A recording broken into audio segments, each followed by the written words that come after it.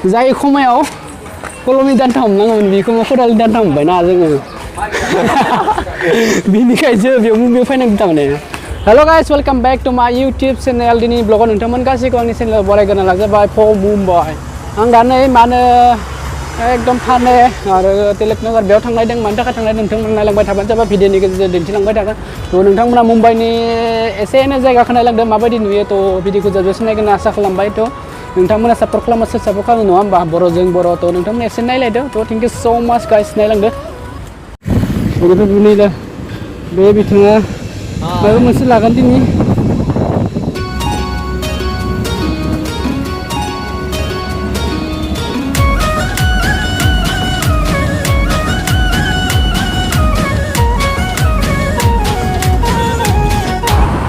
नैबेनो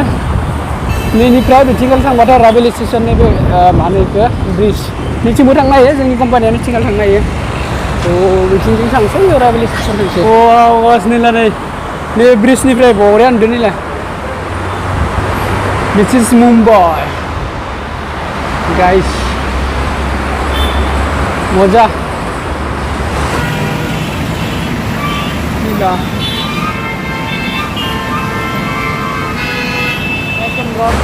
बरिया नांगोन न' आं दा नै नोङो राबेल स्टेसन मुम्बाइनि बे लकेल ट्रेन बेनिफ्राय थांगोन जों दा तिलकनगर बेनिफ्राय एर'लि थ' नोंथांमोना भिडिअखौ जोबजासिम नायलांबाय थायोबानो जाबाय खालियानो नोंसिना हिन्जावफोर हौवाफोरदो गाखोसो लानो मोना मुम्बाइनिया दसेनो खारखायो 30 सेकेन्डल'सो लाखियो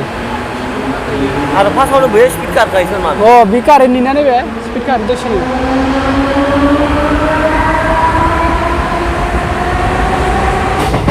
बारा जिबो थांनो हायाना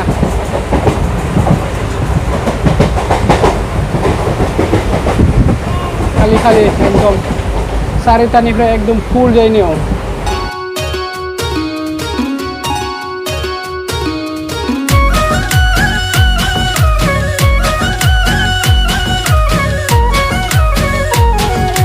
एर'ल स्टेसन बेफोर सब लकेल ट्रेन एकदम फिसा आरो 1 किल'मिटारावनो मोनो नोंखौ मोनसे खिथिनो नैला बिथाङा बाय मोजां नायनांगौ मिनि दा नै थाने स्टेसन सफैबाय बेयाव ओंखारसै जों दा स' गाइस जोंना नै टिकेट दाननाया कमप्लिट जालायबाय जों दा मानो एकदम आं थाङा मानो इखो न'आव आं थाङा सासे मानसि थांनो आरोना फंबाय जाराय रोङो जोंनि जायगानिनो थ' बिथांमोना थांगोन नैबे स्टेसन माबा स्टेसननि प्लेटफर्माव दामा थाने स्टेसनाबो गोदोर मानो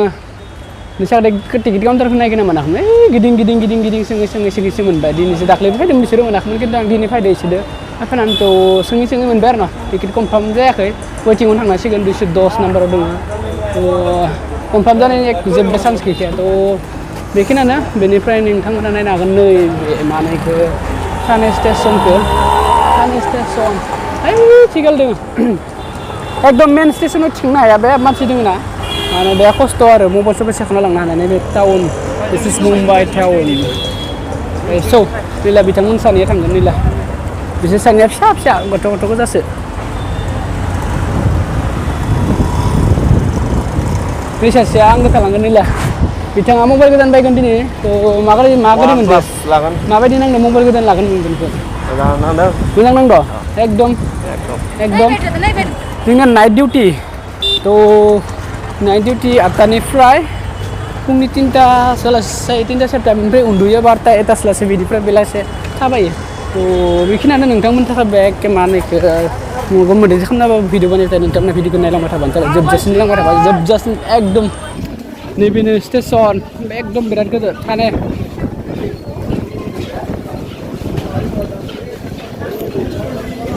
थौ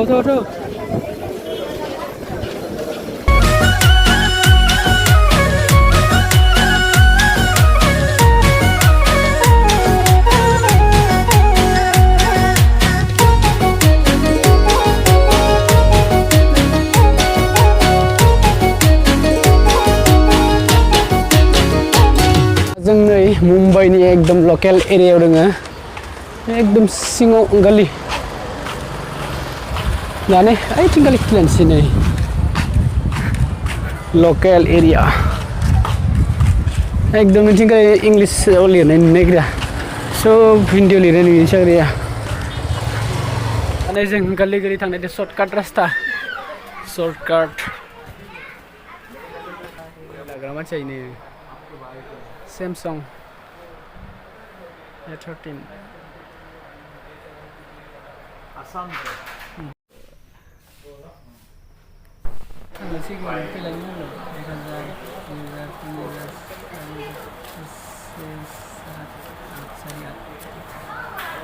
Berkaibai mobile ni pilih.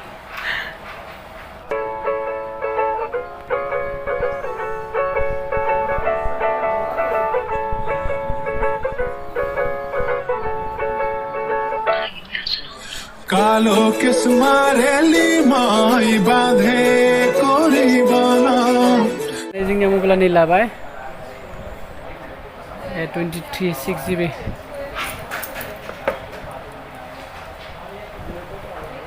नैबे बिथांनि So guys जोंना नै मबाइल बायनाय कमप्लिट जाबाय मानो A23 Samsung Bajaj Finance आव लाबाय आरो न मानो नेवसो बरा रेसपन्स होयो खिन्थु जोंनि अखमाव मान दखानफोरा माने मोजां रेसपन्स होयो नेव खिन्थु बरा होयो मानो मार्केट मुम्बाइ नै मुम्बाइनि नाबि मुम्बाइ माराठीआव बेनिफ्राय गोदान मुम्बाइ मानो मबाइल खिथि मबाइलखौ Lasabai deh. लासोबाय मानि थाखाय मुम्बाइआव फैनांदों नोंलाय Mobil London dah. मबाइल लानो थाखाय फरायनो गोसो गैयामोन Lah. फरायला थ' मा बुङो जाय खमायाव कलमनि दान्था हमनांगौमोन बेखौ खदालनि दान्था हमबायना जोङो बिनिखायसो बेयाव मुम्बाइआव फैनांदों थारमाने नङा होमबा जाय समायाव जाय टाइमाव मानसिफोरा गथ' उन्दै समाव कलमनि दान्था हमनांगौ बे समाव जुदि खदालनि दान्था हमनो गोनां जायोबा बहा फरायनो बहा मुम्बाइ फैनो गोनां जाया नङा होमबा थ' मोनसे बाथ्रा गोसोआ जाय समाव कलम हमनांगौ बेखौनो कलम हम थ' खदालनि दान्था हमनो गोनां खालामनाङा थ' बेखिनियानो So guys दिनै भिडिअ बेखिनियानो नोंथांमोना मोजां मोनदोंबा अननानै लाइक खालाम शेयार खालाम कमेन्ट खालाम माबायदि मोनदों थ' नोंथांमोना सापर्ट खालाम बर' नोंथांमोना सापर्ट खालामा माबायदि जौगानो नङा होमबा थ' नोंथांमोना सापर्ट खालामबानो जाबाय अननानै शेयार खालाम लाइक खालाम आंजानै जों खुसेर लोंसै थान्दा थान्दा बरियानो गाननाय का जुस होनो गाननाय का रस होनो फैलायो बिथाङाबो इउटुब चेनेल खुलिगोन